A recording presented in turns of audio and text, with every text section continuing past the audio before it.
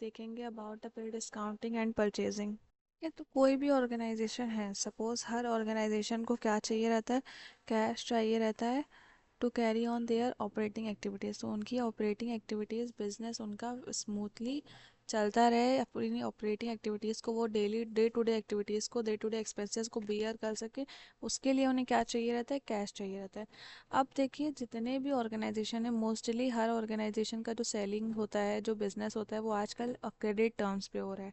ठीक है, ज़्यादातर सेल्स लोग कर रहे हैं क्रेडिट टर्म्स पे, कर बहुत ज़्यादा क्रेडिट प्रोवाइड करने लगे हैं सब लोग। ठीक है, तो इससे क्या होता है, क्रेडिट पे जब आप गुड्स सेल करते हैं तो आपको जो गुड्स आप आज सेल कर रहे हो उसका पेमेंट आपको कुछ टाइम बाद मिलता है। तो ये एक प्रॉब्लम क्रिएट करता है ऑर्गेनाइजेशंस के लिए, बिकॉज उनके यहाँ क्या हो जाता है, इससे लैक ऑफ लिक्विडिटी की सिचुएशन अराइज हो जाती है। ठीक है, उनका जितना भी पेमेंट होता है वो कुछ टाइम पीरियड के लिए क्या रहता है, डीले रहता है, ब्लॉक रहता है, बिकॉज अभी तक के उनके क्रेडिट का पैसा नहीं आया होता है। तो ये जो लिक्विडिटी की सिचुएशन आती है कि लिक्विडिटी ठीक से मेंटेन नहीं हो पाती, इस चीज़ से ओवरकम करने के लिए बिल डिस्काउंटिंग एंड परचेजिंग का कॉन्सेप्ट आया। ये चीज़ें ऑर्गेनाइजेशन यूज़ करती हैं to finance their working capital, finance working capital. ठीक है, means day to day activities करने के लिए जो कैपिटल चाहिए उसको बियर कर सके, उसको फिनेंस कर सके। दैट्स वाई ये मेथड्स यूज़ किए जाते हैं, बिल डिस्काउंटिंग एंड परचेजिंग के कॉन्सेप्ट्स आए। ठीक है, तो देखिए बिल डिस्काउंटिंग क्या होता है। पहले तो bill discounting is a method of trading the bill of exchange is to the financial institution before it gets matured at a price that is in a smaller amount that it's than its par value। कि ये एक method होता है trading का, bill of exchange को trade करने का। Bill of exchange of course drawer ने बनाया हुआ है कि एक अनकंडीशनल ऑर्डर होता है to pay a certain sum of money to a certain person at a predetermined date और ऑन डिमांड। राइट, तो क्या होता है bill of exchange, suppose a seller है, उसने गुड्स सेल किया हुआ है। ठीक है, उसने गुड्स सेल किया 1 अप्रैल को। Now bill of exchange draw कर दिया है उसने, और वो बिल के अकॉर्डिंगली इस गुड्स का पेमेंट उसे करना है बायर को 20 अप्रैल को। तो 20 अप्रैल तक के तो इसका मनी क्या हो गया, यहाँ पे ब्लॉक्ड हो गया। अब ये मनी यूज़ नहीं कर सकते बिकॉज 20 अप्रैल से पहले पेमेंट नहीं होना है। राइट, या तो और अगर सपोज अब क्या हुआ, सेलर को नीड अराइज हो गई है 5 अप्रैल को ही इस मनी की। ठीक है, सेलर को 5 अप्रैल को ही नीड अराइज हो गई। Now the seller knows that the buyer से उसको पेमेंट कब मिलेगा, 28 अप्रैल को। नीड है हमें उसकी 5 अप्रैल को। तो इस कंडीशन में नीड अराइज होती है कि बिल को डिस्काउंट कराने की या परचेज करने की। ठीक है, तो ये मेथड होता है बिल डिस्काउंटिंग के। बिल को आप अपने क्या करो, ये जो बिल ऑफ एक्सचेंज है इसको आप ट्रेड कर दो। ठीक है, मीन्स कोई फाइनेंशियल इंस्टीट्यूशंस या बैंक ही ये सारी एक्टिविटीज़ करने लगी हैं, तो उन्हें आप ये बिल दे दो। वो क्या करेंगे, जब सपोज बिल था आपका 1000 रुपीज़ का। ठीक है, आपको नीड है 5 अप्रैल को, तो आपने ये बिल बैंक को दे दिया मेच्योरिटी से पहले ही। 5 अप्रैल को ये बिल आप बैंक में ले गए, वहाँ पे प्रेजेंट किया, और बैंक ने इसके बदले में आपको कुछ स्मॉलर अमाउंट काट के at a price that is in a smaller amount that is a par value. Means कुछ अमाउंट काट के, सपोज उन्होंने 100 रुपीज़ कट करके सिर्फ और सिर्फ 900 आपको क्या कर दिए, मेच्योरिटी से पहले ही 5 अप्रैल को पे कर दिए। ठीक है, तो क्या हुआ, सेलर को जो नीड थी वो भी फुलफिल हो गई और बैंक का भी प्रॉफिट हो गया। राइट, और फिर जब भी मेच्योरिटी का टाइम आएगा दैट इज़ 20 अप्रैल, तो क्या करेगा जो सेलर है, वो सेलर खुद उससे पेमेंट कलेक्ट कर लेगा, बिल का पेमेंट अपने कस्टमर से। और जब 20 अप्रैल को पेमेंट कलेक्ट हो जाएगा तो वो पेमेंट क्या करेगा, बैंक को पेमेंट अपने पास ही रख लेगा, या मैं सॉरी बैंक को पे कर देगा। ठीक है, इससे क्या हुआ, बैंक सेलर को पेमेंट टाइम नीड के टाइम पे मिल जाता है। तो यहाँ बिल ऑफ डिस्काउंटिंग और बिल ऑफ परचेजिंग, ये दोनों ही जो कॉन्सेप्ट होते हैं ये काइंड ऑफ सिमिलर ही होते हैं। ठीक है, पहले तो देखिए बिल डिस्काउंट में फाइनेंशियल इंस्टीट्यूशन को आपने बिल दिया, उन्होंने एक छोटा सा अमाउंट मतलब पार वैल्यू से कुछ कम आपको वहीं पे रीपे कर दिया। और रिस्पॉन्सिबिलिटी, लेकिन जब भी मेच्योरिटी का टाइम आता है तो पेमेंट की रिस्पॉन्सिबिलिटी, पेमेंट कलेक्ट करने की responsibility from the debtor remains in the hand of seller. ठीक है, पेमेंट कलेक्ट करने की रिस्पॉन्सिबिलिटी सेलर के पास ही रहती है, उस फाइनेंशियल इंस्टीट्यूशंस या बैंक के पास नहीं जाती है। ठीक, तो ये होता है बिल डिस्काउंटिंग का कॉन्सेप्ट, ये वर्किंग कैपिटल फाइनेंस करने के लिए होता है। राइट, और ये एक तरह से एक लोन के फॉर्म पे होता है, जैसे बिल के बेसिस पे आपको ऑर्गेनाइजेशन से लोन मिल गया और जब आपने लिया तो उसे रीपे कर लिया। ठीक है। तो सेलर के हैंड में मेन पॉइंट इसमें ये है, बिल डिस्काउंटिंग एंड परचेजिंग में डिफरेंशिएशन का मेन पॉइंट यही है कि रिस्पॉन्सिबिलिटी पेमेंट कलेक्ट करने की किसके ऊपर रहती है। तो बिल डिस्काउंटिंग में पेमेंट कलेक्ट करने की रिस्पॉन्सिबिलिटी सेलर के पास ही रहती है। और बिल परचेज में देखिए क्या होता है, in a bill purchase a seller sells the bills of exchange to a bank before its maturity. यहाँ पे सेलर बिल सेल कर देता है किसको, बैंक को या जो भी फाइनेंशियल इंस्टीट्यूशन है मेच्योरिटी से पहले। The bank pays the seller an amount less than the face value of the bill which is known as the purchase price. ठीक है। अमाउंट बैंक उससे बदले में पे करता है बिल की फेस वैल्यू से कुछ कम, और जो पैसे वो कट करते हैं उसे बोलते हैं purchase price. And bank assumes the responsibility of collecting the full amount from the buyer when the bill mature। और यहाँ पे देखिए बैंक किसकी रिस्पॉन्सिबिलिटी रहती है पेमेंट कलेक्ट करने की, बैंक के पास when the amount get mature. बाकी दोनों का प्रोसीजर चीज़ें सेम है, बस ये कि यहाँ पे पेमेंट कलेक्ट करने की रिस्पॉन्सिबिलिटी बिल ऑफ परचेजिंग में बैंक की हुई हो जाती या फाइनेंशियल इंस्टीट्यूशंस की हो जाती, बट बिल ऑफ डिस्काउंटिंग में वो रिस्पॉन्सिबिलिटी सेलर की ही रहती है, राइट। इसे हम लोग इनवॉइस डिस्काउंटिंग या इनवॉइस परचेजिंग भी बोलते हैं। ना देखिए किस तरह से प्रोसीजर होता है invoice discounting and bill purchase का। इनवॉइस डिस्काउंटिंग में क्या होता है, लाइक पहले तो आपने आपका जो बिजनेस है उसने जितने भी इनवॉइसेस हैं against the credit sale of goods and services, वो सारी इनवॉइस प्रिपेयर की। ठीक है, मीन्स उनके बिल्स प्रिपेयर किए। Then you share the invoice details and corresponding bills with your lender. अब जिससे भी हम लोग बोरो करने जा रहे हैं in the form of bill discount, जिसको भी हम अपना बिल प्रेजेंट करके उनसे पैसे लेंगे, उन्हें वो सारी डिटेल्स इनवॉइसेस और बिल्स उन्हें सेंड करेंगे। Then this institution assess the invoices and provide cash advances at a discounted rate against their value। अब वो इंस्टीट्यूशन उन सारी इन्वाइसेस को चेक करके उनके अगेंस्ट मीन्स आपको जो कैश अभी उसका मिला नहीं उसका एडवांस दे देगी, कैश पेमेंट कर देगी उसके बदले at a discounted rate, means कुछ वैल्यू उसमें से डिडक्ट करके, right. Then your business credit controller then sets to collect payment from the debtor. देन जो आपका बिजनेस है, जो बिजनेस के इन्वॉइसेस उसने दिए थे, वही बिजनेस क्या करेगा, जब ये टाइम आएगा मैच्योरिटी हो जाएगी तो वो अपने डेटर से वो सारा पेमेंट कलेक्ट कर लेगा। And when the invoices are settled you repay the lender such a loan amount. और जब आप इन्वॉइसेस सेटल कर लेते हैं, आपको सारा पैसा मैच्योर होने पे मिल जाता है, तो आप वो पैसा क्या करते हैं, जो भी जिससे भी आपने कैश के फॉर्म में एडवांस के फॉर्म में वो पैसा लिया हुआ था अगेंस्ट दैट बिल, ठीक है, उनको वो सारा पैसा आप रीपे कर देते हैं, राइट। तो ये एक तरह से क्या होता है, ये एक तरह से लोन के फॉर्म में होता है बिल डिस्काउंटिंग या invoice discounting.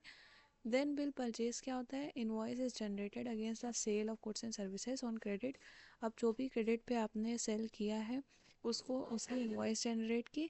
Then you sell the bills to the factor. अब ये देखिए ये फैक्टर कौन होता है, ये फैक्टर एक फैक्टरिंग सर्विसेज प्रोवाइड करते हैं आपको।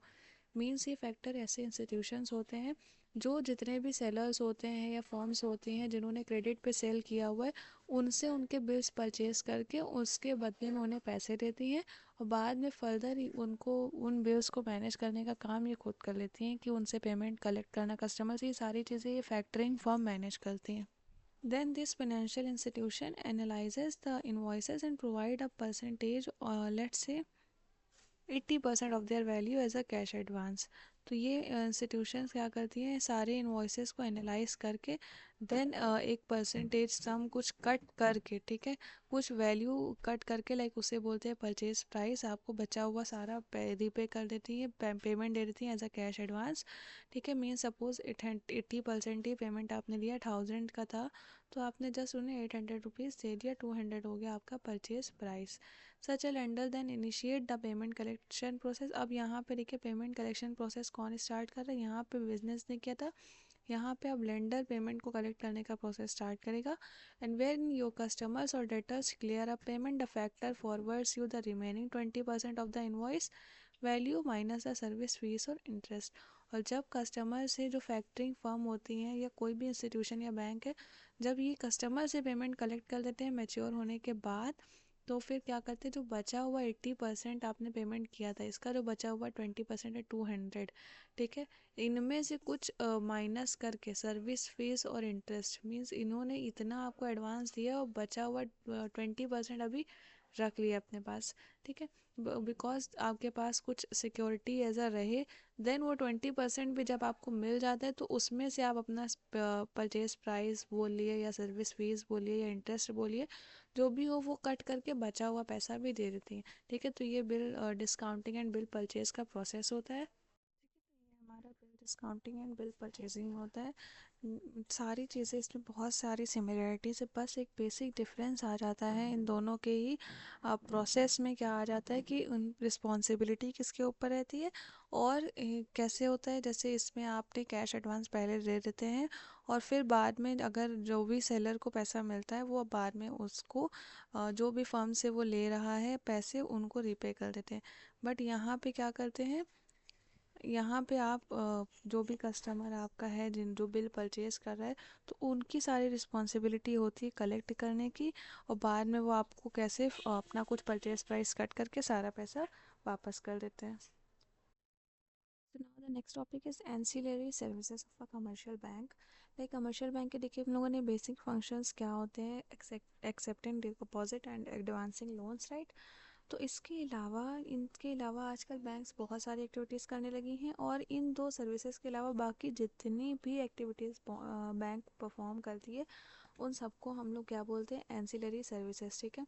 लाइक अभी हम लोगों ने बिल डिस्काउंटिंग की लास्ट वीडियो में पढ़ा था, तो बिल डिस्काउंटिंग हो गया, ये भी कौन, ये बैंक्स भी करते हैं, बिल डिस्काउंट करते हैं। इसके अलावा बैंक एज एन एजेंट भी परफॉर्म करते हैं, कस्टमर्स के भी आप पे सारे बिल उनके कलेक्ट करते हैं, पे करते हैं। बैंक आपको इंश्योरेंस भी प्रोवाइड करा रहा है, इंश्योरेंस की भी फैसिलिटी दे रहा है, सिक्योरिटी मार्केट में भी ट्रेडिंग करने की फैसिलिटी दे रहा है आपको। उससे रिलेटेड बैंक कितनी कंसल्टेंसी सर्विसेज प्रोवाइड करता है अपने कस्टमर्स को, ठीक है, जैसे एडवाइसेस प्रोवाइड करता है डिफरेंट डिफरेंट, कहाँ पे इन्वेस्टमेंट करना है, किस में करना है, पोर्टफोलियो मैनेजर की सर्विसेज प्रोवाइड करता है। तो जितनी भी services other than the lending and deposit होती हैं जो बैंक प्रोवाइड करता है, वो सारी सर्विसेज को हम लोग बोलते हैं एंसिलरी सर्विसेज, ठीक है। तो वन बाय वन ऐसे ही कुछ सर्विसेज के बारे में हम लोग पढ़ते हैं। सबसे पहला है बैंक ड्राफ्ट। बैंक ड्राफ्ट कैसे क्या होता है, जैसे हम लोगों ने बैंक चेक के बारे में पढ़ा था, तो वो चेक भी क्या था, एक बैंक से दूसरे बैंक में जा रहा था और बैंक अपना पैसे का ट्रांसफ़र कर रहा था पेयर्स के अकाउंट में, कलेक्टर के अकाउंट में, पेयर्स के अकाउंट से कलेक्टर के अकाउंट में, ठीक है। तो बैंक ड्राफ्ट भी वैसे ही होता है, ये एक ऑर्डर होता है to pay money, it is an order to pay money, ठीक है। मीन्स ये एक बैंक का ऑफिस दूसरे ऑफिस में, उसी सेम बैंक के दूसरे ऑफिस में एक बैंक ड्राफ्ट एक ऑर्डर देता है, ठीक है, in return to pay a certain sum of money, ठीक है, टू ऑर्डर और ऑन डिमांड, ठीक है, किस जब भी वो डिमांड करेंगे पे करने की तब उनको पे करना पड़ेगा।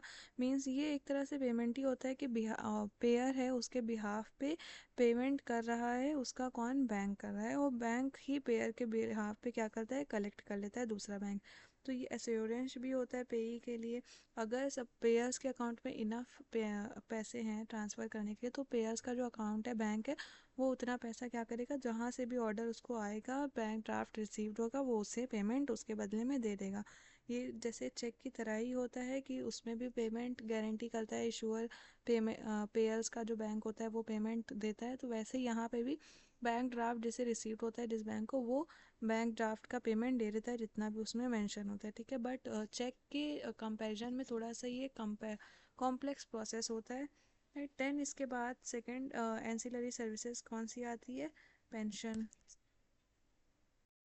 जैसे कोई भी पेंशन स्कीम होता है लाइक एम्प्लॉय प्रोविडेंट फंड ही है, इसके अंडर भी ये जो ऑफिस होते हैं ये ऑफिस डिस्ट्रीब्यूट करते हैं पेंशन को, ठीक है, ये पेंशन देते हैं। पेंशन क्या होती है, पहले तो पेंशन एक पीरियोडिकल पेमेंट होता है या एक फिक्स्ड सम आपको मिलता है at the time of your requirement retirement और सुपर एनुएटेड, ठीक है, सुपर एनुएशन या रिटायरमेंट के टाइम पे आपको एक फिक्स सम मिलता है जिसको हम लोग पेंशन बोलते हैं। तो banks banking and financial support भी प्रोवाइड करती हैं उन सारी इंस्टीट्यूशंस को जो पेंशन प्रोवाइड कर रही हैं। बहुत सी बैंक्स हैं या उनके ब्रांच है जिन्होंने रिस्पॉन्सिबिलिटी ले रखी होती है किसकी, टू डिस्ट्रीब्यूट दी पेंशन। तो बैंक जस्ट रिस्पॉन्सिबिलिटी ले लेती हैं कि वो जितके भी जो पर्सन है, उन जिन रिटायर्ड एम्प्लॉयज़ है जिनके अकाउंट में पेंशन का पैसा डालना है, तो वो अपने इंस्टीट्यूशंस के बिहाफ पे, जो भी इंस्टीट्यूशंस उनसे बैंक से सर्विसेज ले रही, उनके बिहाफ पे बैंक क्या करती है, उन पेंशन के अमाउंट को पेंशनर को ट्रांसफ़र कर देती है।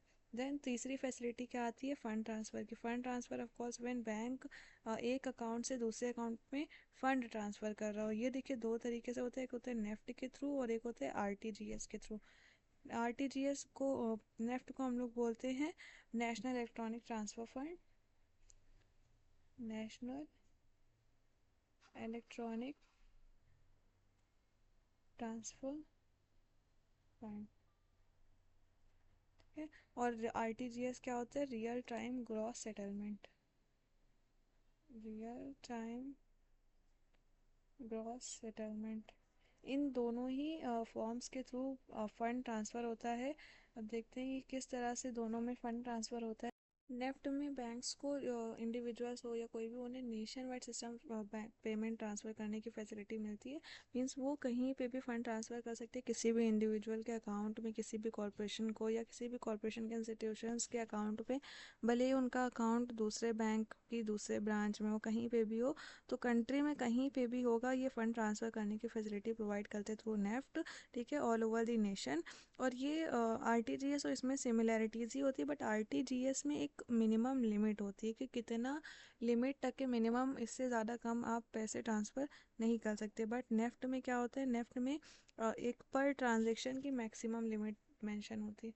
पर ट्रांजेक्शन की मैक्सिमम लिमिट नेफ्ट में होती है 50,000 रुपीज़, ठीक है, maximum limit of a single transaction, ठीक है। इससे ज़्यादा का अमाउंट ट्रांसफ़र आप नहीं कर सकते। और नेफ्ट में थोड़ा टाइम भी लगता है, टाइम टेकिंग प्रोसीजर होता है, यूजुअली 30 मिनट्स लगते हैं नेफ्ट में, ठीक है। बट आरटीजीएस क्या होता है, आरटीजीएस को जैसे नाम इसका इंडिकेट करते हैं, रियल टाइम ग्रॉस सेटलमेंट, ये भी एक 1-to-1 पेमेंट ही होता है। एक इंडिविजुअल कर सकता है, और ट्रांजेक्शन बाय ट्रांजेक्शन बेसिस पे, जैसे जैसे ट्रांजेक्शन करेगा वैसे उसका पेमेंट तुरंत के तुरंत कर सकता है। ये कंटिन्यूस प्रोसेस होता है। इसमें क्या होता है, आरटीजीएस में बिल्कुल भी टाइम नहीं लगता है और बहुत जल्दी जल्दी आपका प्रोसेस हो जाता है, बहुत जल्दी फ़ंड ट्रांसफ़र हो जाता है, बिल्कुल भी टाइम कंज्यूमिंग नहीं होता है। और जैसे कि मैंने बताया, इसमें मिनिमम लिमिट में अब दी हुई होती है कि मिनिमम कितना अमाउंट आप रेमिट कर सकते हैं थ्रू आरटीजीएस। तो मिनिमम लिमिट इसकी है 2 लाख रुपये, ठीक है। मिनिमम 2 लाख आप कर सकते हैं, इससे ज़्यादा नहीं, और कोई अपर लिमिट इसकी नहीं होती है, राइट। देन ट्रांजेक्शन, अगर कोई भी इनवर्ड ट्रांजेक्शन हो नेफ्ट में या आरटीजीएस में, तो इनवर्ड ट्रांजेक्शन के कोई भी फीस चार्ज नहीं होता। बट अगर ट्रांजेक्शन आउटवर्ड हो, तो आरटीजीएस में अगर सपोज 2 लाख से 5 लाख तक का अमाउंट है और उससे ज़्यादा नहीं है, तो 24 रुपीज़ एंड 50 पैसा तक के आपको पड़ेगा चार्जेस, राइट। और अगर उसकी 5 लाख से ज़्यादा अमाउंट है, तो आपको 49 रुपीज़ तक के चार्जेस देना पड़ेगा। वैसे ही नेफ्ट में भी इनवर्ट ट्रांजेक्शन्स के लिए कोई चार्जेस नहीं है। बट अगर ट्रांजेक्शन आपके 10,000 तक होते हैं, तो फ़ीस 2.5 रुपये से ज़्यादा नहीं होगी, बहुत कम फीस भी इसमें होती है नेफ्ट में। और अगर ट्रांजेक्शन आपका 10,000 से 1 लाख होता है, तो 5 रुपीज़ तक फ़ीस होती है। एंड अगर ये ट्रांजेक्शन 1 लाख से 2 लाख तक है, राइट, तो 15 रुपीज़ है। और अगर 2 लाख से भी ज़्यादा है तो 25 रुपीज़। याद रखिए कि जो लिमिट इसमें मैक्सिमम बताई थी 50,000, ये क्या है, पर ट्रांजेक्शन की। अब यहाँ पे अमाउंट में जब भी फीस हम डिसाइड करें, तो लिमिट 2 लाख तक के भी अमाउंट डिस्ट्रीब्यूट हुए हैं। तो ये कैसे हैं, ये ट्रांजेक्शन में 2 लाख है, तो आपने मैक्सिमम 50,000 को 4 इंस्टॉलमेंट्स में दिया, राइट। तो इस तरह से होता है। इसके बाद नेक्स्ट सर्विसेज आती है कस्टोडियल सर्विसेज। कस्टोडियल सर्विसेज जैसे नाम से ही लग रहा है, दैट मीन्स जो बैंक आजकल लॉकर फैसिलिटी प्रोवाइड कर रही है, ठीक है।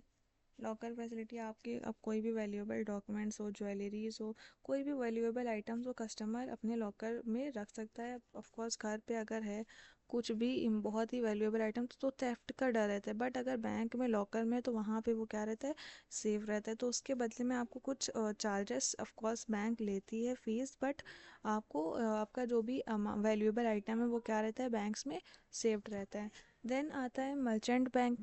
अब जो भी कॉरपोरेशंस हैं, उन्हें क्या होता है, इतना ज़्यादा नॉलेज नहीं होता है अबाउट द सिक्योरिटी ट्रेडिंग, ठीक है, जैसे शेयर्स हो गए, बॉन्ड्स हो गए, तो किस तरह से कौन से शेयर्स परचेज करें, कौन से ज़्यादा प्रॉफिटेबल है, ये सारी चीज़ों का नॉर्मल कॉर्पोरेशन को, जिन बिजनेस एक्टिविटीज़ जो कर रही उन्हें इन्वेस्टमेंट का इतना ज़्यादा एक्सपीरियंस नहीं होता है। तो मर्चेंट बैंकिंग सर्विसेज कैसे सर्विसेज होती है, मींस ये ये जो बैंकिंग होते हैं, ये सर्विसेज के through bank consultancy service provide करता है, कंसल्टेंसी सर्विसेज प्रोवाइड करता है। डैट मीन्स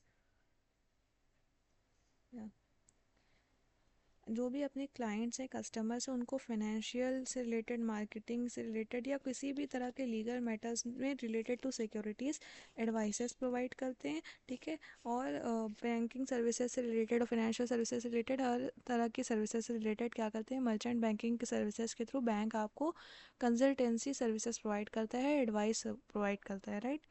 देन आता है रिटेल बैंकिंग। रिटेल बैंकिंग देखिए क्या, रिटेल सर्विसेज, यहाँ पे आपको बैंकिंग ऐसे सर्विसेज प्रोवाइड कर रहा, जो बैंक आपका कस्टमर्स का अकाउंट मैनेज कर रहे हैं, या एक्सेस क्रेडिट फैसिलिटी प्रोवाइड कर रहे हैं, या उनका मनी डिपॉजिट कर रहे हैं, ठीक है, सिक्योर मैनर में, ये सारी आ जाती हैं आपकी रिटेल बैंकिंग में, ठीक है। तो जो भी सर्विस है, लाइक सेविंग्स अकाउंट हो गया, करेंट अकाउंट हो गया, मॉर्टगेज की सर्विस हो गई, पर्सनल लोन दे रही हैं, क्रेडिट कार्ड्स दे रही हैं, these all things are included in the retail banking. Then insurance की फैसिलिटीज़, ऑफ कोर्स बैंक्स क्या है, बहुत सारी वैरायटीज़ ऑफ इंश्योरेंस भी आजकल अपने कस्टमर्स को प्रोवाइड कर रहे हैं, लाइक लाइफ इंश्योरेंस हो गया, या जॉइंट वेंचर्स को, कंपनीज़ को इंश्योरेंस प्रोवाइड कर रहे हैं, एसबीआई लाइफ और एनपीएनबी मेट लाइफ के through, right. Health insurance provide करती हैं बैंक्स आपको, व्हीकल इंश्योरेंस प्रोवाइड करते हैं, या कोई भी लोन है उस पर इंश्योरेंस प्रोवाइड करते हैं, तो इंश्योरेंस फैसिलिटीज़ भी बैंक आजकल प्रोवाइड करती हैं। देन फॉरेक्स सर्विसेज कैसे प्रोवाइड करते हैं, कमर्शियल बैंक्स और also now dealing with the foreign currencies, ये बैंक्स आपको कन्वर्जन ऑफ करेंसी की फैसिलिटी प्रोवाइड करती है। अगर कोई भी पर्सन फॉरेन ट्रांजेक्शन में, फॉरेन के साथ बिजनेस में इन्वॉल्व है, तो वहाँ से जो भी आपको उनकी करेंसी में मनी मिल रहा है, तो उसका कन्वर्जन की भी सर्विस आपको प्रोवाइड करती है, एंड ऑल्सो कस्टमर्स को हेल्प करती हैं in selling and purchasing the foreign exchange. Then bank customers को कार्ड की फैसिलिटीज़ दे रहे हैं, लाइक डेबिट कार्ड हो गया, क्रेडिट कार्ड हो गया, तो जिन कार्ड्स के थ्रू आप बिना हार्ड करेंसी, कैश करेंसी को यूज़ किए हुए ही अपने सारे ट्रांजेक्शन्स कर सकते हैं। देन आते हैं वेंचर कैपिटलिस्ट। तो वेंचर कैपिटलिस्ट क्या होते हैं, मीन्स कुछ ऐसे बिजनेसेस होते हैं जो न्यू एंटरप्रेन्योर्स स्टार्ट कर रहे होते हैं, जो बहुत ही हाई रिस्की प्रोजेक्ट होते हैं।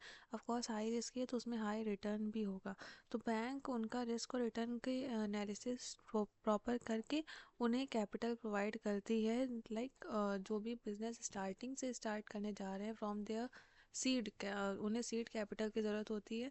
वो बिल्कुल अभी नया नया बिजनेस स्टार्ट कर रहे हैं, वो बहुत ही रिस्की प्रोजेक्ट है, तो बैंक उन्हें कैपिटलिस्ट, वेंचर कैपिटलिस्ट की फैसिलिटी देती है, उन्हें कैपिटल प्रोवाइड करती है उस प्रोजेक्ट के लिए, और असिस्टेंस भी प्रोवाइड करते हैं।